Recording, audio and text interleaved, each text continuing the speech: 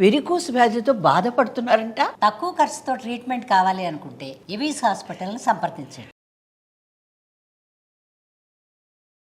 నమస్తే రమ్మగారు. నమస్తే జయ. రమ్మగారు, ఇల్లు ఎప్పుడూ శుభ్రంగా ఉంచుకోవాలి, అందరికీ తెలిసిన విషయమే. ముఖ్యంగా వంటిల్లు కదండి, వంటింట్లతోనే మన ఆరోగ్యం ఆధారపడి ఉంటుంది. మీ దగ్గర ఉన్న క్లీనింగ్ టిప్స్ ఏంటండి? మీరు ఎలా చేస్తారు? ఏమిటో చేస్తాను జయ. ఎవరైనా వస్తారంటే ఎక్కువ చేస్తాం. ఎవరైనా ఈ రోజువారీ ఇల్లు ఎప్పుడు వంటిల్లు శుభ్రంగా ఉండాలంటే మనకి భయంకరమైన ఓసిడి ఉండాలి జయ. ఓసిడి ఉంటే చాలా శుభ్రం పిచ్చుంటే ఉంటుంది వంటిల్లు శుభ్రంగా. కొంచెం ఒక మాదిరి శుభ్రం పర్వాలేదు, కాస్త ఎవరైనా వచ్చినప్పుడు ఒక 5 నిమిషాలు పని చేస్తే ఇల్లు సెట్ అయ్యేలాగా ఉంచుకోండి ఎప్పుడు కూడా. అంతేగాని ఎప్పుడు సినిమాలలోనో లేకపోతే యూట్యూబ్ వీడియోలో మా కిచెన్ టూర్ అంటే బ్యూటిఫుల్ కిచెన్లు చూపిస్తారు కదా, వాళ్ళ మానవ మాత్రల వల్ల అవుతుందా జయ? వాళ్ళు ఇంకా వేరే పని చేయకూడదు. అవును, ఎప్పుడు వంటింటోనే బట్టి డేక్కుంటూ ఉండాలి, అంత దేవద్దు. కానీ కొన్ని ఖచ్చితంగా కొన్ని చేసుకోవాలి. స్టవ్ రోజు తుడుచుకోవాలి. అవును, స్టవ్ కింద, స్టవ్ వెనకాల ఎవ్రీడే తుడుపు. స్టవ్ కడిగేసుకుని ముగ్గేస్తుంటారు చాలామంది. ముగ్గు చాలా ఇంపార్టెంట్గా ఉంటుంది. గ్లాసు స్టవ్, దాని మీద ముగ్గు. ఆ ముగ్గు ఎప్పుడు ఉండేది? ఇది వరకటి రోజుల్లో మనం ఏం చేసేవాళ్ళం, మట్టిపోయి అలుక్కుని దాని మీద ముగ్గు వేసుకునేవాళ్ళు. ఇప్పుడు గ్యాస్ స్టవ్ మీద కూడా ముగ్గు వేసుకుంటారు. పెద్దవాళ్ళు ఆ పాత అలవాటుతోటి వేసుకుంటారు. మీ చాయిస్లు ముగ్గులు వేసుకుంటారో వేసుకోరో, కానీ ఈ అలుగుడ్డలు ఏవి పెట్టి తుడుస్తామో వాటిని ఎప్పటికప్పుడు మార్చేయండి దయచేసి. అలుగుడ్డల్లోనే ఎక్కువగా బ్యాక్టీరియాలు ఉంటాయి. వాటిని ఉతికేసుకోవటం, ఎప్పటికప్పుడు ఫ్రెష్ శుభ్రమైన క్లాతులు వాడుకోవటం. ఏంటి చుడిదార్లు అవి ఇవి వేసుకుంటారు పిల్లలు, చున్నీలు, పల్చటి కాటన్ పీసులు కట్ చేసి పెట్టుకోవటం, తుడుచుకున్నాక బయటపారేయటం. సేపు అవే గుడ్డలు మురిగ్గా ఉండకూడదు. ఈ మురిగ్గా ఉండే బట్టలు చేతితో పట్టుకున్నప్పుడే మనకి ఎక్కువ ప్రాబ్లమ్స్ వస్తాయి. ఎక్కువ ప్లాస్టిక్ సామాన్లు చేర్చుకోవద్దు. ఇప్పుడు మనకి ఏవో ఒకటి వస్తుంటాయి బయట నుంచి, డబ్బాలు బాగున్నాయని ఉంచకండి. ఉంచుతారు కదా, అవన్నీ మళ్ళీ తోముకుని ముంచుకుంటూ ఉండటం. ప్లాస్టిక్ వస్తువు డబ్బాలలో తిండి సామాగ్రి నిలవబెట్టకండి. పప్పులు ఉప్పులు ఏమైనా పెద్ద ఎత్తున కొనుక్కునేటట్టుంటే ఎప్పటికప్పుడు వాటిని ఎండలో పెట్టుకుని డబ్బాలో పోసుకోండి. చిన్న డబ్బాలు చేతికి అందుబాటులో పెట్టుకోండి. ఈ డబ్బాలు తీసేటప్పుడు మనం ఇక్కడ ఏదో వేస్తాం, చెయ్యి పైకి వెళ్తే తడి చెయ్యి తగిలి వాటికి మరకలు పడతాయి. ఒక డే పెట్టుకోవటం, నెలకు ఒక్కసారి మొత్తం డబ్బాలన్నీ తోమించుకోవటం, లేకపోతే ర్యాకులన్నీ శుభ్రంగా తుడుచుకోవటం. నెలకు ఒక్కసారి ఖచ్చితంగా ఫుల్ కిచెన్ క్లీనింగ్ చేసుకుంటే బాగుంటుంది. మీ వల్ల అవుతుందా? అదో రకంగా చూస్తున్నావు నువ్వు నాకేసి.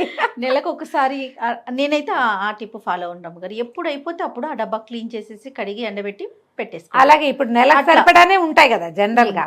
అదే ఏదైనా ఒక డబ్బా ఖాళీ అయితే ఆ డబ్బా కడిగి తుడిచేసుకుని ఫ్రెష్ వస్తువు పోసుకోవటం. సరుకుండగా పొయ్యము అంతే. ఖాళీ అయిన డబ్బాలో యాజ్ ఇట్ ఈజ్గా పోయొద్దు, ఆ డబ్బా కడుక్కోవాలి. ఒకటి ఉంటుంది గారు అమ్మగారు, మనం తెప్పించుకునేటప్పుడు ఒక 3 కిలోలు 4 కిలోలు 5 కిలోలు తెప్పించుకుంటాం, చిన్న డబ్బాల్లో పోసుకుంటాం కదా. అవును, అది ఒక్కొక్కటి తొందరగా అయిపోయినప్పుడు మళ్ళీ దీన్ని క్లీన్ చేసుకోవాలి. అట్లా పోసుకోవటం బెటర్ అనిపిస్తుంది. చేసుకోవాలి. ఇప్పుడు ఆ డబ్బాలే కాదు, ఈ నెల చేసుకునేది ఏంటంటే ఈ ఇంతవి అంతవి మిగిలిపోయినవి, కాస్త కుస్తా పురుగు చూసినవి, డబ్బా మాసిపోయింది, ఇవన్నీ కూడా జనరల్గా పీరియడ్స్ స్నానం అయిపోయాక అన్నీ ఒకసారి క్లీన్ చేసుకుంటారు కదా, అప్పుడు అలాంటివి చేసుకోవాలి. కిచెన్లో చేతులు తుడుచుకునే టవల్స్ అవును ఎప్పటికప్పుడు ఉతికేసుకోవాలి. ఎక్కువ ఉండాలి, ఉతికేసుకోవాలి. గట్లు తుడుచుకోవడానికి, స్టవ్ తుడుచుకోవడానికి సెపరేట్గా మెయింటైన్ చేయండి. ఈ స్టవ్ తుడిచే దాంతో డైనింగ్ టేబుల్ తుడవకూడదు. అవును, డైనింగ్ టేబుల్ తుడిచేది వేరు, స్టవ్ తుడిచేది వేరు, చేతులు తుడుచుకునేది వేరు, డబ్బాలు తుడుచుకునేది వేరు. చేతులు కూడా తడి చేతులు తుడుచుకునేది వేరు, మళ్ళీ పొడి చేతులు పట్టుకునేది వేరు.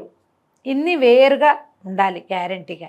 అన్నిటికీ ఒకటే చేస్తే మీ ఇంట్లో తరచుగా మోషన్స్ లాంటి సమస్యలు కనపడతాయి, గమనించుకోండి. కనిపిస్తాయి. ఈ ర్యాకులు అవన్నీ కూడా ఇప్పుడంతా వచ్చినాయి కదా, మాడ్యులర్ కిచెన్స్ శుభ్రంగా ఉండటానికి, ఏదో నీట్గా కనపడడం కోసం. వీటికి కూడా నెలకు ఒకసారి స్ప్రే చేసి తుడుచుకోవటం. కాలిన్ లాంటివి మనం చేసుకోవచ్చు కూడా కొన్ని. ఈ మధ్య మా ఇంట్లో బయో ఎంజైమ్స్ ఎక్కువ చేస్తున్నారు జయ. మా వాళ్ళందరూ అక్కయ్యలంతా బయో ఎంజైమ్ చేస్తున్నారు. నాకు కూడా బోల్డ్ అని నిమ్మకాయలు వచ్చినప్పుడు, చాలా నిమ్మకాయలు వచ్చినాయి ఊరి నుంచి, అప్పుడు నిమ్మతోకలతోటి బయో ఎంజైమ్ చేసుకున్న లెమన్ది నేను. ఓకే, ఎలా చేశారండి? ఏం చేశారు? బయో ఎంజైమ్ అంటే ఇవి మనకి ఆ వీడియోలు దొరుకుతాయి, కానీ బోల్డెన్ ఉన్నాయి బయో ఎంజైమ్ చేసే విధానాలు. అది చెప్తా. 1 లీటర్ నీళ్ళకి 300 గ్రాముల కూర తొక్కులు కానీ, అదే నిమ్మకాయ డిప్పలు కానీ, పళ్ళు కానీ, మనం దేంతో చేయదలుచుకుంటే అవి 300 గ్రామ్స్, ఒక 100 గ్రాములు బెల్లం, ఇవన్నీ ఒక డబ్బాలో వేసి పెట్టుకోవాలి. 300 గ్రామ్స్ నిమ్మ తొక్కులు ఉన్నాయి అనుకో, నిమ్మ చెక్కలు ఉంటాయి కదా, పిండేసి పెట్టామా, ఆ పిండేసిన చెక్కలు కావాలంటే సన్నగా కూడా కట్ చేసేసుకోండి. అన్ని కట్ చేయకపోయినా ఏం నష్టం లేదు, అలాగే వేసుకోవచ్చు. 100 గ్రాములు బెల్లం వేసి 1 లీటర్ నీళ్ళు పోసి కదలకుండా చీకటిగా ఉండే చోట పెట్టాలి. మొదట రోజు ఆ మూతలు తీస్తుండాలి, అందులో ఎయిర్ ఫామ్ అవుతూ ఉంటుంది, ఏమనాలి దాన్ని, గ్యాసెస్ ఫామ్ అవుతాయి. ఆ కొన్ని రోజులు గ్యాస్ ఫామ్ అవటం ఆగిపోయిన తర్వాత ఈ మూత టైట్గా చేసి పక్కన పెట్టేసుకోవాలి. గ్లాస్ బాటిల్స్లో పెట్టకూడదు, వీటిని ప్లాస్టిక్ బాటిల్లో పెట్టుకోవాలి. నేను ఊరికే రఫ్గా చెప్తున్నా, మీరు చూసుకోండి బయో ఎంజైమ్ చేయటం ఎట్లాగా అని. ఆ బయో ఎంజైమ్ చేసిన తర్వాత నాకు ప్రాణం హాయిగా ఉంది. స్టవ్ గట్టు చాలా క్లీన్గా ఉన్నాయి మావి.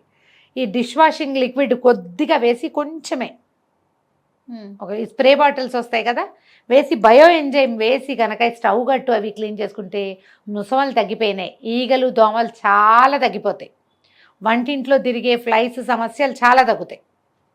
బయో ఎంజైమ్స్ చాలా బాగుంటాయి, చూడండి. మీరు వాటిని చాలా విషయాల్లో వాడుకోవచ్చు. ఆఖరికి వాషింగ్ మిషన్లో కూడా వేసుకోవచ్చు దాన్ని. ఇల్లు తుడిచేటప్పుడు కొద్దిగా ఒక డ్రాప్ బయో ఎంజైమ్ వేసి తుడిస్తే ఇల్లు క్లీన్గా ఉంటుంది. లెమన్ తోటి అయితే బ్రహ్మాండంగా ఉంది, నా దగ్గర అదే ఉంది, నేను వేరే ఏం చేయలే, అంత ఓపిక లేదు. ఈ ఒకటి కూడా బోల్డ్ అని నిమ్మకాయలు వచ్చినాయి, ఆ రసం అంతా తీసి పెట్టా, డిప్పలు వేస్ట్ అయిపోతాయని ఈ పని చేశా.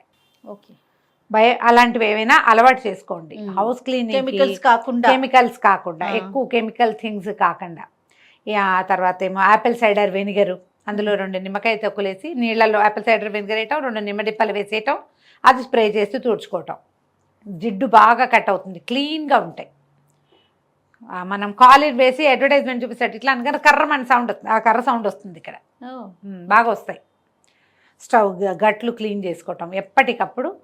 మనం ఒక పూట బద్దకిస్తాం ఎప్పుడు కూడా, ఈ పని అంతా ఎవరు చేస్తాడరా దేవుడు అనిపిస్తుంది. అనిపించచ్చమ్మా, అదేం తప్పు కాదు. అప్పుడప్పుడు అలా అనిపిస్తూ ఉంటేనే మనకి ఓసిడి రాకుండా ఉంటుంది. ఓసిడి అంత చాలా పెద్ద సమస్య కదా, అంత అతి శుభ్రాలు, ఎప్పుడు చేతులు కడుక్కుంటుంటాం, ఎప్పుడు గట్లు తోముకుంటుంటాం, ఎప్పుడు గిన్నెలు తోముకుంటుంటాం, పిచ్చి అయిపోకండి. కానీ కొంచెం క్లీన్గా ఉంచుకుంటే ఏంటంటే మనం వంటింట్లోంచి ఆహార పదార్థాలు బయటకు వస్తాయి, పిల్లల ఆరోగ్యము, మన ఆరోగ్యము, దాని అన్నిటికీ దారి కిచెనే కదా. కదా, ఎప్పటిదప్పుడు క్లీన్ చేసేందుకు ఒక ప్రాక్టీస్ ఉంచుకోండి. ఇది నేర్చుకోవాలి. ఎప్పుడైనా ఓసారి చీటింగ్ చేయొచ్చు, once in a while cheating చేయొచ్చు, కానీ రోజు వారడి ఎప్పటికప్పుడు క్లీన్ చేసుకోవటం. కిచెన్ సింకులు క్లీన్గా ఉంచుకోవాలి, కిచెన్ గట్టు ప్లాట్ఫామ్స్ క్లీన్గా ఉంచకపోతే అనారోగ్యాలు వస్తాయి. వాటిల్లో మనం ఎక్కువగా దొరికేది ఏంటంటే ఇగో motions, vomitings, stomach disturbances, stomach disorders, వాటిల్లోకి వెళ్తాం. కాబట్టి వీటిని కొంచెం చక్కగా ఉంచుకోవటం. చాకులు అవన్నీ, బెల్లం తరిగిన చాకు అలాగే పెట్టేయకుండా బెల్లం తరిగిన చాకుని శుభ్రంగా కడిగేసుకోవటము, లేదా తడి పెట్టి తుడిచేసుకోవటము. ఎక్కువసార్లు చాకులు కడిగితే పదును పోతాయి, అందుకని ఏం చేస్తాము, ఈ చిన్నది ఏదైనా క్లాత్ తడిపి తుడిచేసుకోవాలి. కూరలు తరిగిన, ఉల్లిపాయలు తరిగిన చాకు అలాగే పెడితే వాసన వస్తుంది. తర్వాత ఏమో ఈ మన కూరలు తరిగేందుకు ఇప్పుడు అంతా చెక్కలు, ప్లాస్టిక్లు బోల్డర్ వచ్చినాయి ఇక షీట్లు, వాటిని ఎప్పటికప్పుడు తోమించుకోండి, వాటిలో ఎక్కువ బ్యాక్టీరియా ఉంటుంది. వీటికి కూడా నేను చెప్పిన బయో ఎంజైమ్ వేసి కనుక తోమితే చాలా క్లీన్ అవుతాయి. ఒట్టిని అవన్నీ చావలేము మనం, ఈ బయో ఎంజైమ్లు అవన్నీ ఎవరు చేస్తాడంటే అంటే నిమ్మకాయ డిప్పలు ఉంటాయి కదా, నిమ్మ డిప్పలు నీళ్ళతోటి వాష్ చేసుకోండి. లెమన్ తగిలేసరికల్లా ఆటోమేటిక్గా ఈ యాసిడిటీ వల్ల కొంత క్రిములు అవి పోతాయి. హాట్ వాటర్లో వాష్ చేసుకోవటము. కొంచెం ప్లానింగ్ తోటి ఉంటే కనుక వంటిల్లు క్లీన్గానే ఉంటుంది. ఎప్పుడు మనం ఆ ధ్యాసలో ఉండాలి. వీటికి ప్రధానమైనది ఏంటంటే బేసిక్ శుభ్రత, వాష్, వైప్, కడగటంతో పాటు తుడవటం కూడా. నీళ్ళు ఓడుకుంటూ పెట్టామంటే ఇబ్బంది. అవును, ఎక్కువగా ఎక్కడ చూస్తామంటే రమ్మగారు, మనం గిన్నెలు తోముకునే పీచులు ఉంటాయి చూస్తారా, అవి వాటిని మార్చుకోవాలి. అవి ఎప్పటికప్పుడు ఎక్కువగా వాసన వచ్చే వాటి వల్లే. అవును, ఏం చేస్తామంటే ఈ తోమిన తర్వాత దాన్ని వాష్ చేయకుండా పెడతారు సబ్బు మీద, అది ఆ ప్రాక్టీస్ ఉంటే మానేసుకోండి. అవును, మానేయండి. జిడ్డు గిన్నెలు తోమటానికి వేరుగా ఒకటి ఉంచుకోవాలి, ఆ, ఎక్కువ జిడ్డు ఉన్నవి. గట్టి పీచు. గట్టి పీచు ఉంటాయి కదా, ఇనపీచులు బోల్డన్ ఉన్నాయి రకాలు. ఏదైనా సరే మీరు ఏది క్లీన్గా ఉంచాలో దాన్ని క్లీన్గా ఉంచకపోతే మనకు సమస్యలే వస్తాయి. గిన్నెలు శుభ్రంగా ఉండవు కదా. అవును. ప్లాన్డ్గా చేయండి. ఓసిడికి లోన్ కాకుండానే మనం హెల్తీగా ఉండొచ్చు. బాగా శుభ్రంగా ఉంటేనే హెల్త్ అని పొరపాటును కూడా అనుకోవద్దు. ఆ, శుభ్రంగా అనేదే పాయింట్. బాగా కాదు, తక్కువ కాదు. మీరు బాగా అయినా మీరు పిచ్చి అయిపోతారు, తక్కువైతే అనారోగ్యం పాలవుతారు. మధ్య మీడియోకర్గా క్లీన్గా ఉంచుకోవాలి. ఈ మీడియోకర్ థింగ్స్ చాలా విషయాలు కూడా, బట్టలకు కూడా విపరీతంగా సర్ఫ్ పోసేయటం, అవును. ఈ డిష్ వాషింగ్ లిక్విడ్ పోసేయటం, అతిగా సబ్బు వాడకము, అతిగా డిష్ వాషింగ్ లిక్విడ్స్ వాడడము, వీటితోటి కూడా క్యాన్సర్లు వస్తాయి. అవన్నీ కార్సినోజెనికే, అన్ని కార్సినోజెనికే. ఏవి మనం వాటిలోంచి బయటపడలేము. శుభ్రంగా కడుక్కోవాలి కదా. ఎన్ని నీళ్లు పోస్తే కడుగుతాం? ఇంతంత నురుగులు తెప్పించటం, నురుగు పిచ్చి అవును. కొంతమందికి. అవి తగ్గించుకోండి. అవి ఏమంత మంచి పద్ధతి కాదు.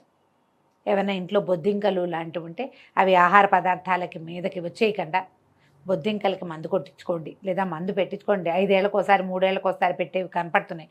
అలాంటిది ఏదైనా ట్రై చేయండి. తర్వాత పదార్థాలకి మూతలు పెట్టడం ప్రాక్టీస్ చేయండి. మెయిన్ అది.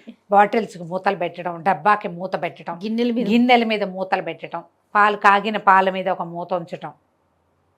కాఫీ కలుపుకున్నాం, మనం ఒక కప్పు తాగాం, ఇంకో అరకప్పు ఉంది, పని మనిషి వస్తున్నాడు, భార్య ఎక్కడ, దాన్ని ఎత్తున ఒక మూత, ఒక గ్లాసులో పోసావు, దాన్ని ఎత్తున మూత. ఇవి ప్రాక్టీస్ ఉంచుకోండి. ఇవన్నీ హెల్తీ టిప్సే. మనకు తెలుసు, ఏం తెలియదు ఇందులో మనకి, ఉంటాము, ఏం తెలీదు, జస్ట్ కొంచెం ఐడియా ఉంటే సరిపోతుంది. మీ వంటిల్తి శుభ్రతే మీ ఆరోగ్యానికి మొదటి మెట్టు. అంతే కదా. అంతే రమ్మగారు. నమస్తే. నమస్తే జయ.